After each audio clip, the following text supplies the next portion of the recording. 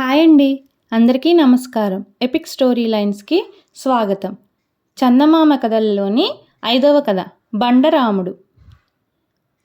ఎంతో ముచ్చటపడి మా అమ్మా నాన్న నాకు శ్రీరామచంద్రమూర్తి అని పేరు పెట్టుకున్నారు. పేరు పెట్టారే గాని అంత పొడుగు పెట్టి పిలవడానికి వాళ్ళకే ఓపిక లేకపోయింది. అదీ కాక నాలాంటి చిన్న బుర్ర కలవాడికి ఇంత పెద్ద పేరు దేనికి? అందుచేత నా పేరు కుదించి రాముడు అన్నారు. అయితే ఊళ్ళో వాళ్ళు ఈ పేరుకు ముందు రకరకాల తోకలు తగిలించారు. విష్ణుమూర్తికి 1000 నామాలు అన్నట్లు నాకు 2000 నామాలున్నాయి.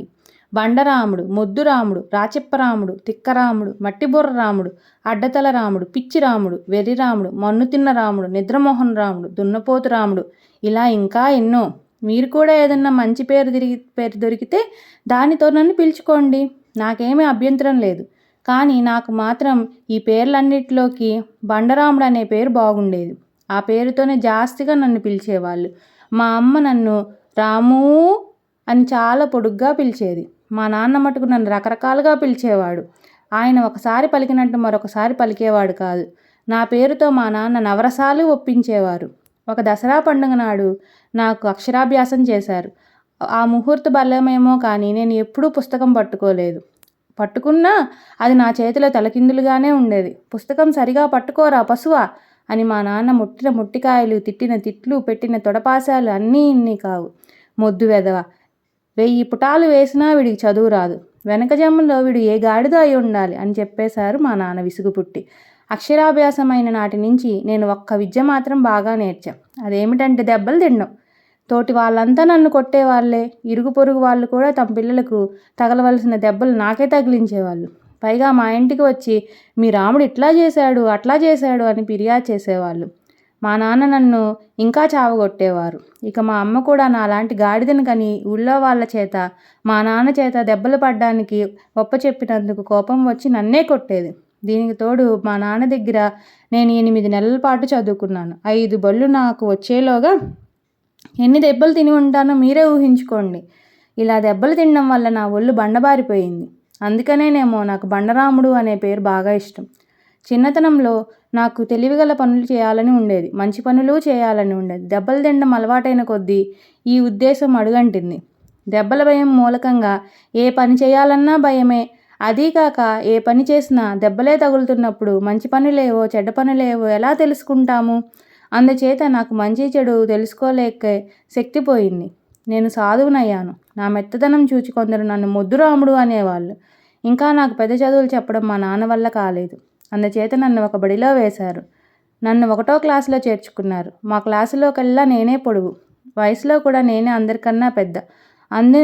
అందుచేత మిగిలిన వాళ్ళెవరికీ తెలియని విద్య ఒకటి నాకు తెలుసు. అదేమిటంటే చచ్చినా నోరు విప్పకపోవడం. నన్ను కొట్టినప్పుడల్లా పెద్దవాళ్ళు నోరు మూసుకో వేదవా, నోరు మూసుకో అనేవాళ్ళు. వాళ్ళ ఉద్దేశం నేను పైకి ఏడవరాదనో మాట్లాడరాదనో నాకే తెలియదు. నేను మాత్రం నోరు మూసుకోవడం నేర్చుకున్నా. ఒకరోజు సాయంకాలం క్లాసులో మా మాస్టారు పిల్లకాయల్ని ఏం కథ చెప్పమంటారు అని అడిగారు. పిల్లకాయలు ఎవరూ మాట్లాడలేదు. నా పక్కన ఉన్న పిల్లవాడు నా చెవిలో మాయలేడీ కథ చెప్పమని అడుగు అని రహస్యంగా ఊదాడు.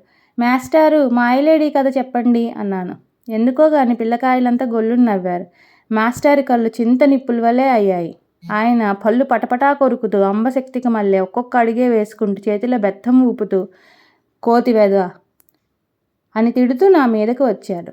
ఎన్ని దెబ్బలు తిన్నానో నేను లెక్క పెట్టలేదు. ఆ దెబ్బలతో ఆయనలో కోపం తీరిందో లేదో తెలియదు. అసలు ఆయన నన్ను ఎందుకు కొట్టింది? నేనేం తప్పు చేసింది కూడా నేను ఎరగను. వాచిన కళ్ళతో బూరిలాగా పొంగిన వీపుతూ ఇంటికి వెళ్ళేటప్పుడు మా క్లాస్ పిల్లకాయ ఒకడు నాతో చెప్పాడు. మాస్టారి పేరు రమణయ్యట. ఆయన చకచకా ఎవరికీ అందకుండా నడుస్తాడట. అందుచేత ఆయనకు మాయలేడి అని పేరు పెట్టారట. అందుకేనట ఆ పేరంటే ఆయనకు కోపం. మర్నాడు నాకు బతికిపోవడానికి బుద్ధి రాలేదు. కానీ మా నాన్న మొట్టికాయల కంటే పంతులు గారి బెక్తమే నయమని వెళ్ళాను. మాస్టర్ నిన్న అనవసరంగా నన్ను కొట్టినందుకు ఇవాళ చాలా బాగా చూశారు. ఇవాళ మాస్టర్కి డ్రాయింగ్ బొమ్మ వేయబుద్ధి అయింది. చాక్పీస్ తీసుకొని తేలుబొమ్మ వేస్తుండగా ఆయనకు పొడుం పీల్చవలసిన అవసరం వచ్చింది. 2 నుండి పొడుం డబ్బీ తీపి చూస్తే అందులో పొడుము లేదు. ఆయన నా కేసు చూసి నవ్వి ఎంతో ఆపేక్షగా ఒరే నాయనా రాముడు ఇలా రా అన్నారు.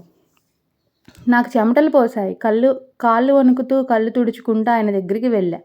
ఒరే అబ్బాయి, ఈ పక్క దుకాణానికి వెళ్ళి ఒక అర్ధన నస్యం వేయించుకురాగలవు అని అన్నారు. వేయించుకు వస్తానండి, నాకు దుకాణాలకు వెళ్ళడం అలవాటే. మా వీధిలో వాళ్ళందరికీ సరుకులు నేనే తెచ్చి పెడతాను, ఇవ్వండి అన్నాను ఉత్సాహంతో.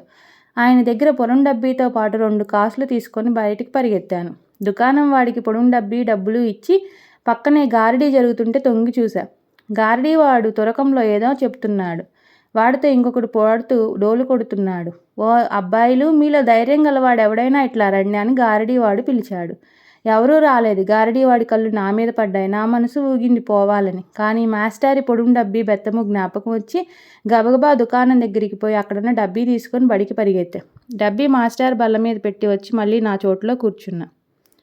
మాస్టారు తేలుబొమ్మ చూసి బల్ల దగ్గరికి వచ్చి చూసుకునేసరికి బల్ల మీద నిప్పు పెట్టి ఉంది. ఇదేమిటని దాన్ని తెరిచి చూసేసరికి అందులో నుంచి ఒక తేలుపిల్ల బయటికి వచ్చింది. రాముడు మాస్టారికి తేలుపిల్ల బహుమానం తెచ్చాడని క్లాసులో పిల్లకాయలు అరిచారు. నా వీపు చెడింది అనుకున్నా. పొడి మీదరా రాముడు అని అయ్యవారు అడిగారు. అప్పుడు నాకు తెలిసింది, నేను పొడిమి డబ్బీకి మారుగా ఎవరో అల్లరి పిల్లకాయ పెట్టిన నిప్పు పెట్టి తెచ్చానని. ఇప్పుడే వెళ్ళి క్షణంలో తెస్తానండి అంటూ మళ్ళీ దుకాణానికి దౌడుతీశా. నా స్థితి కనిపెట్టి దుకాణదారు నన్ను చాలాసేపు ఏడిపించి నా చేత నీళ్లు తెప్పించి దుకాణం ఉడిపించి ఆఖరికి డబ్బీ ఇచ్చి పంపించాడు. ఆ విధంగా ఆ రోజు భగవంతుడి అనుగ్రహం వల్ల నాకు దెబ్బలు తప్పాయి. పొద్దున్నే లేచి ఎవరిదో మంచి మొహం చూసి ఉంటా.